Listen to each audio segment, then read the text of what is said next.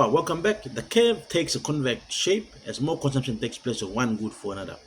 Space on the right side of the curve is the most preferred, and the space on the left side is the left is the less preferred.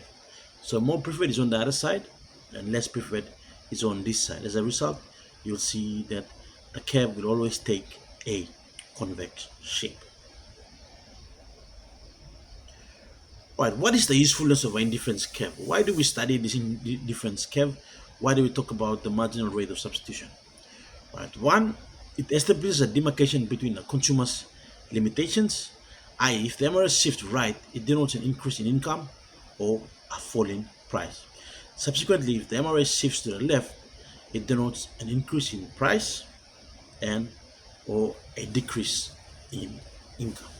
So this curve is important because it gives you the consumer's limitation. What are we limited to given our money, given our income? What can we do? So if you see that the marginal rate substitution shifts right, that means that it denotes an increase in income or a fall in price. There's a fall in price or increase in income, a shift to the right. But if the MRS shifts to the left, it denotes an increase in price or a decrease in income. So this is why it shifts to the left and to the right.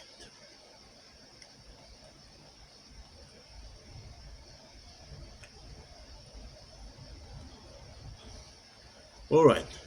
So you might go on to ask, you know, what is the applicability of this marginal curve, for instance, in the context of PNG. All right, so let's say basically this is one consumer's sort of preference. So the most preferred preference is at the level of 4 sausages to 1 chicken wing. All right, and then the less preferred is 1 sausage over 5 chicken wings. So if they have 5 chicken wings, they can only afford 1 sausage. If they have 4 sausages, they can only afford 1 chicken wing. So you see, this is where the indifference curves becomes important, because of the fact that it not only tells you what really happens on the individual level, but it also tells you what happens at a much higher level. So for instance, if you're talking about how the government budgets its budget in the considered revenue fund, the government might have sort of key priority sectors that it wants to commit money to, and also it might have secondary sectors which it wants to allocate funding to, but it's not that important as the key priority areas.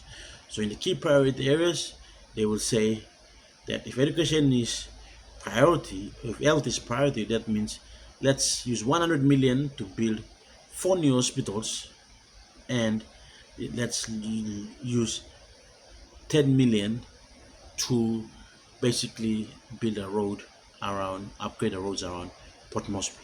So in that way, you see that by using that curve, it shows that it demarcates what your limitations are. You cannot build a lot of hospitals at the same time, build a lot of roads in Papua New Guinea. Once you do that, that means that you don't have the money, the income is still the same, so you have to increase your income. The only way you can increase your income is by borrowing more money and creating more debt. When you're creating more debt, although it is short-term cash liquidity, it's long-term debt. And that means that it will be paid off with interest. As a result, you see that the PNG government loses a lot of money.